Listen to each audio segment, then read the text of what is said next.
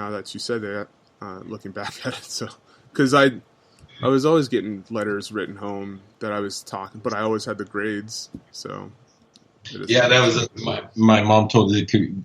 She moved up here recently, so we've been hashing it up like crazy. And just this same story popped in my mind. My mom tells they would call her into my high school to like basically have a parent teacher conference about me sucking in school. And my teachers would be like, I don't get it. He doesn't turn in any homework, but he'll take the tests and get like a B+. And my mom was like, I don't know what, like, and I'd pull the ruse with my mom. I'd be like, oh, I don't have any homework. And I would leave all my books in my closet in the room. And then when I go to school, I'd be like, oh, I left my books at home. I was a terrible student. It was. What did that turn? Well, did that turn into a terrible non-NCO? You know what? I was better with it. The thing, you know what? It depends on probably who you ask. I'm sure I had some chiefs who be like, this kid, they wanted to ring me up, I'm sure. But you know what? Here's a fun statistic from my Navy time. I went to DRB 6 times. You know what DRB is? They have the same thing in the Marine Corps? It'd be turning big rocks into little rocks, right? So we call it what do we call that? CTC. I'll have to look into it. I forget. Yeah, I didn't go ever. Yeah. Okay. All right. Well, here's the thing. I go to DRB 6 different times. It's DRB Disciplinary Review Board. I stand in front of a bunch of chiefs and I get reamed out for something. Yeah. The first time I went, man, it wasn't my fault, and I got it was a dumb thing. But throughout the course of my 4 years, I went up 6 times because I really had little tolerance, and this was probably because I was young and stupid and 18 to 22 years old. You're kind of a feisty little fucker. I didn't put up with bullshit. Like, I'm not going to go stand and listen to the captain talk for whatever because it's irrelevant to me. Like, whatever he has to say is not going to change my day to day here. So why do I have to spend an hour of my days standing there listening to him?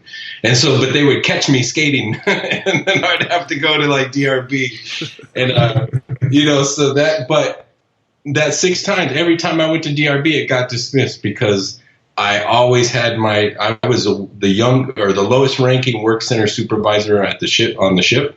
Yeah, I was overqualified than any other E4 on the ship, like beyond. Like, I always had my work done to a high level, but I didn't put up with I didn't really conform well to just the hierarchy. Yeah. And someone telling me my job just because of your rank, like, I'm sorry, you don't know what the fuck you're talking about. I do know what I'm talking about. Just trust me, and like, it's going to work like that. So for the most part, like, depending on who you talk to in the Navy, I was a badass NCO. If you talk to certain chiefs, they fucking hated my guts. Yeah. But yeah, I had chiefs who loved me and looked out for me, and I had chiefs who sent me up to XOI as soon as they had an excuse. But that was something you brought in. I mean, that was kind of your personality even before you got in. So you just carried on, right? That's true. The older I got, if you can say you have any wisdom at that point, but I kind of I was confident. I knew I was smart. I graduated top of my class in my technical school at the Navy. I kind of started to really take things seriously. Like, I did take things seriously in the Navy. I was a good petty officer. I was, line captain for other shit. I was in all these other teams and volunteered and qualified for all this other crap. And it's just, I really had a problem just buying into the whole, you're an officer and I'm not. So therefore, like, I somehow have to defer to you on something I'm an expert in. Yeah. So, right. And those kind of little quirks, just like, let me handle my business and do what I do. So, did DRB ever bite you in the ass? What's that? Was there ever a time that DRB ever bit you in the ass? Like, yeah. I mean, you get, because, like, you get so many page 11s, you get non-rect, or, stay in the barracks for a month or lose half month's pay. Like, did you ever suffer any of that from? Oh yeah. Yeah. Yeah. Oh yeah. Oh I, yeah. got, I think all 6 times I suffered punishment, but it wasn't like I never got knocked down in rank, and it never kept me from like they never pulled my positions away from me or anything, and it never went beyond that. It was kind of chastising, and then I got weekend liberty pulled, or I had a month of extra duty, or the worst I suffered and the dumbest thing I got for it. And this was really just kind of like, that having that attitude was I was going to sit for my E5 test, and regardless if I had passed, I would have never seen a paycheck for it because I knew I was getting out. Yeah. And we were hitting Sydney, Australia on my last cruise. And I was just like, no, I'm not coming back to the ship to take the E5 test. I'm not going to do it. And they said, yes, you are going to do it or you'll be AWOL. And so I didn't show up. And so when I came back, I went to DRB.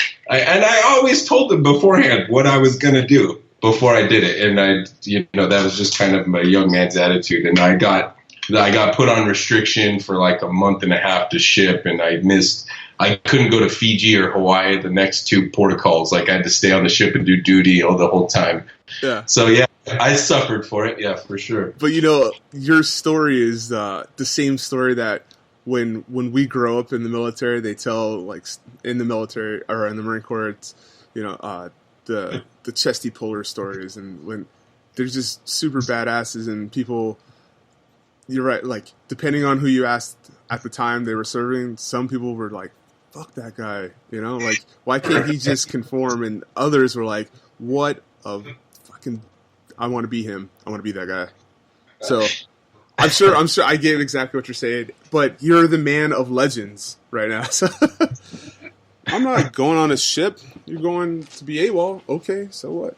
Yeah, I'll be able. Yeah, the stories are legendary in my small circles. Yeah, for sure. The guys who were there with me, they'll tell them fondly. But it was, like I said, what would it have been? I could have showed up and just penciled in 100 answers in 30 minutes and left again. But it was more of like, no, I need to make a statement against the absurdity of this practice. Yeah, it did make sense for me to take the test. I'm not gonna sacrifice something for a benign, asinine exercise. I'm not going to do it. Yeah. And those kind of things is what got me in trouble.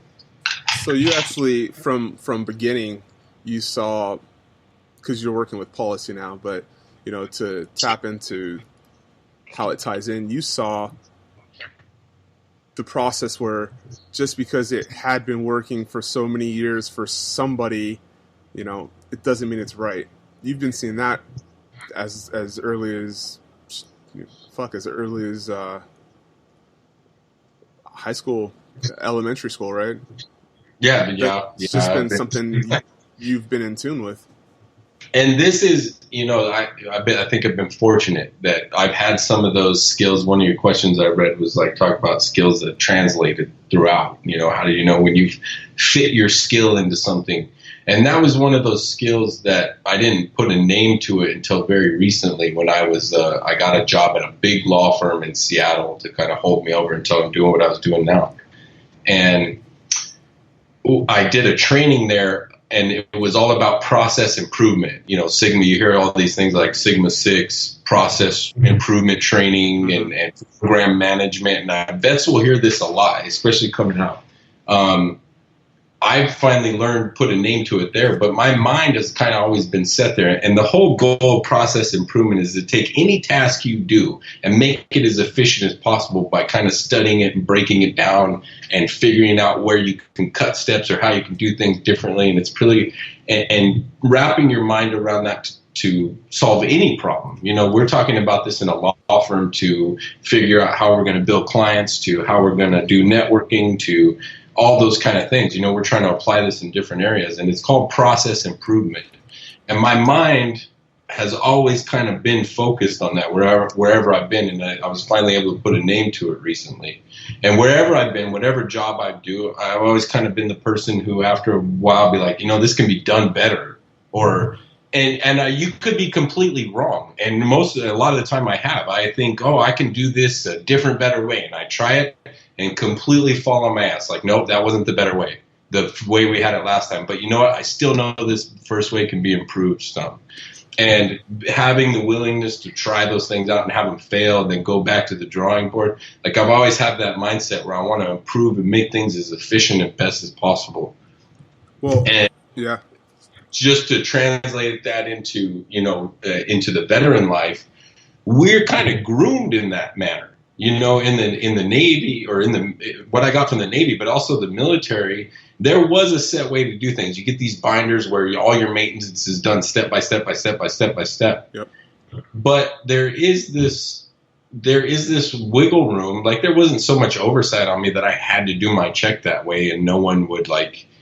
Yeah. Actually, that's one of the things I got in trouble for. So yes, there is someone that checks to make sure you exactly. But I would try to work that in there and be like, we can do this more efficiently. And there were some practices that got adopted just in my work center, in my division, about the way we would do things and keep records and store things. So you can really apply it to everything. And when you're coming out, vets don't know that it's called process management or project management. Yeah. I didn't have that as part of my resume coming out at all. Yeah. And I didn't know how valuable it was to going into any job. So we'll talk about more of that later. But yeah, it was to get back to the question. Yeah, my mind has always kind of been in that mindset, and then I kind of put a name to it later. Yeah, and it's crazy because I always knew I wanted to study psychology from young. I knew that psychology was my thing, why people do the things they do, how they come to the conclusions or the processes that kind of guide them through life, right? And that's kind of where this whole podcast comes from anyway. But as I'm in my grad program or my bachelor, I'm hearing these theories and models. I'm like, oh, that's another word for common sense, or it's just a scientific model that is something that I've known for so long, so yeah, when you put these names to something that you've been doing for so long, it turns into realness or something that's tangible. It's crazy. I know the mindset that you're speaking of right now. That's why I brought that up. So what did you do while you were in? I was basically weapons guy. I was always in the weapons division. Specifically, I was a torpedo-man's mate. They don't even have those anymore. So they're merged with another rating, and they changed the name of it. So well, that's good because I get a lot off the book. People always tap into me and they're like, "Well, how does this tie into what I did? Because I was an infantryman, or how does this tie into?" Because me. In the Marine Corps, I was a radar technician. So when I got out, I started working with radar. It made sense. But you got out and you didn't go shooting torpedoes maintaining torpedo systems. That wasn't that wasn't like you got out UEAS and you're like, let's go to in Colorado. They have I'm going to cut that out. Whatever. You didn't get out. You didn't get out and say, I need to go maintain torpedo systems. And that was an option. A lot, like you said, a lot of guys do that. I mean, I could have went to. Are you there? Yeah, I'm here. Okay, I could have went to Raytheon or Bath Ironworks and been those civilians that come on the ship and maintain your torpedo systems for you when you do overhauls, and a lot of guys did that, fire controlmen, there's a lot of systems, so they really value that. But I found out, what I did say, the military did show me what I wanted to do the rest of my life, but it just came out of left field. It wasn't really something that you could be like, oh, my military service really, what I did in the military led to my future career. No, but my experiences I had in the military led to my future career. Yeah. And even though those skills that you think, oh, I was a torpedo-man's mate, how does that transfer into the civilian world, and especially what I did? And for a long time, it was hard for me to translate how my service was beneficial to what I was doing. And it really took a lot of thought and reflection, and also edification, and just talking to professionals. That's a big one, and you learn that going through life. But talking to people who know how to do this stuff, how my military skills did translate to what I was doing. You know, when we're in the service, we're taught from